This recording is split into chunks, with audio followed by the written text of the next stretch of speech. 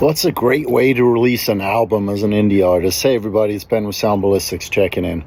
So I had mentioned before that I don't recommend releasing an album when you're first starting out. I don't even really recommend releasing an EP right away. What I recommend is releasing a few singles until you kind of get in the swing of things, right? Find yourself a little bit as an artist, like define your style a little bit, build a little bit of a following. And once you start building a following, then you can, start moving on to EPs and albums. But let's say you've gotten to the point now where you're ready, you have enough material, you have the wherewithal, whether it be with your own recording setup or whether it be you have the finances to go into a studio and record a full-length album, right? So here's a good strategy that I quite like and that I'm seeing artists do more and more. Right, so traditionally you would release 1, 2, maybe 3 singles, and then the whole album would come out, right? And just to clarify, one of the reasons why I don't recommend releasing albums right away without having somewhat of a fan base is because it's difficult to hook new listeners into a whole album. You'll always catch those that are just blown right away, and they'll just get hooked and they'll go through the whole album.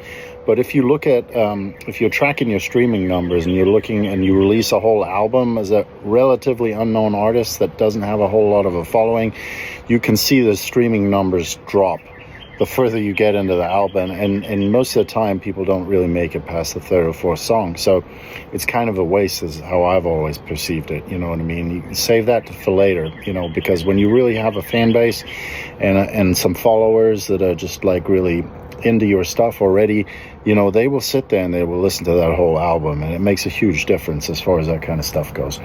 In any case, I digress.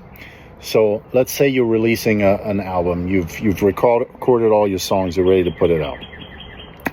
So I think the best way to, or a good way to go about it, and it's different for everybody obviously, but this is what I recommend if you're an indie with somewhat of a following. You want to do the first 3 songs based on the waterfall release principle that I discussed in the EP video or post, this one. Look at that one if you want to know how a waterfall release strategy works. Do that with the first 3 songs, right?